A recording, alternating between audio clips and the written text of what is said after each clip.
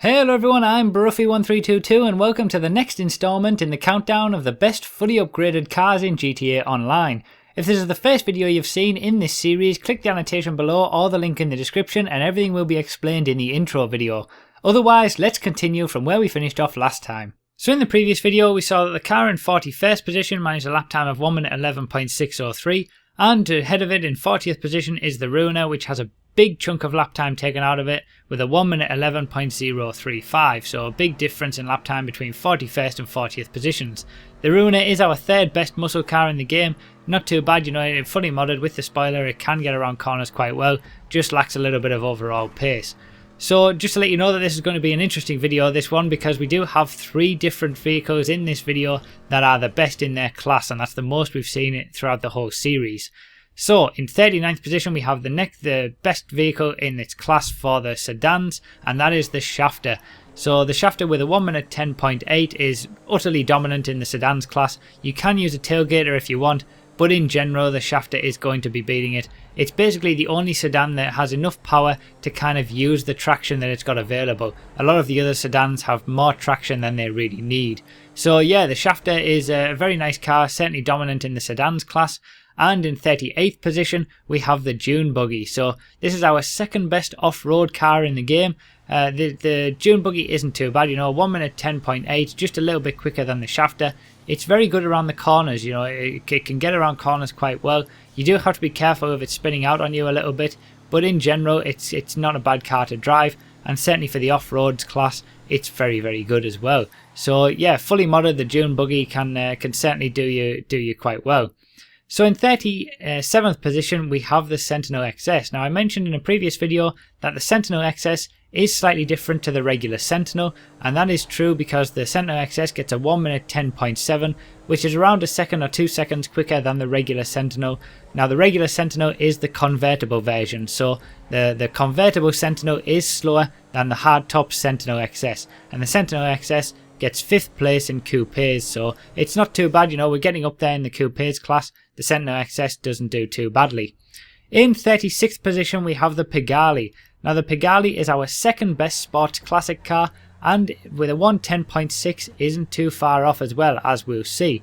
So second place in sports classics, the Pegali does have very good traction and very good acceleration. It does lack a little bit in terms of straight line speed and ultimate top speed, but it's going to be very good on tracks that need a lot of traction and a lot of acceleration on them, and it can certainly be used to counter the best in the class. So in 35th position we have the Blade. Now the Blade, again similar to the Pegali, does have very good acceleration, and that's what its main strength is. Its acceleration out of the corners is incredible, but it isn't that great around the corners, and in terms of its top speed as well, it does suffer to the number 1 in the class. So the Blade with a 1 minute 10.4 is our second best muscle car in the game.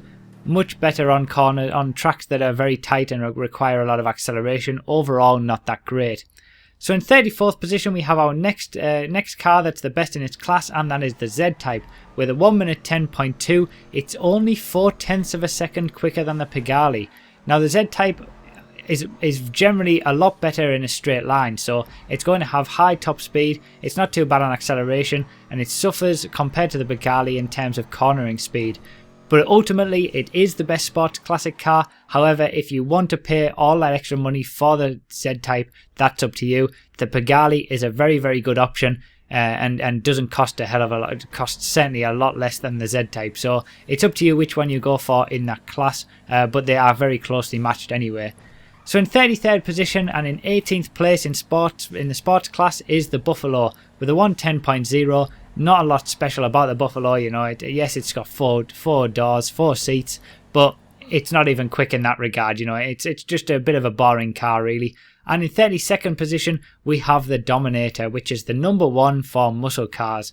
With a 1 minute 9.8, it's around 0.6 of a second quicker than the Blade, and the longer and more open that the tracks get, the more the Dominator will dominate as well, because it's all about the higher top speed and the higher straight line speed that the Dominator has over the Blade. With the spoiler, it really helps it, gives it a lot of traction, which helps it to get around the track a lot quicker, and as long as you can handle it in the corners, the Dominator is the best muscle car to have. So in 31st position, and to finish off this video, is the Fusillade. Now the Fusillade is our 17th best sports car. Again, with a 109.6, it's only slightly quicker than what the Dominator has just managed. Not too bad to drive, you know, it's quite planted, but it just lacks a lot of the overall power that it would need in the sports class. It's pretty poor for a sports car, but overall, you know, 31st position, it can't complain really. It's not too bad there. So yeah, there you have it, guys. Some interesting findings there. We've had 3 different winners in each class.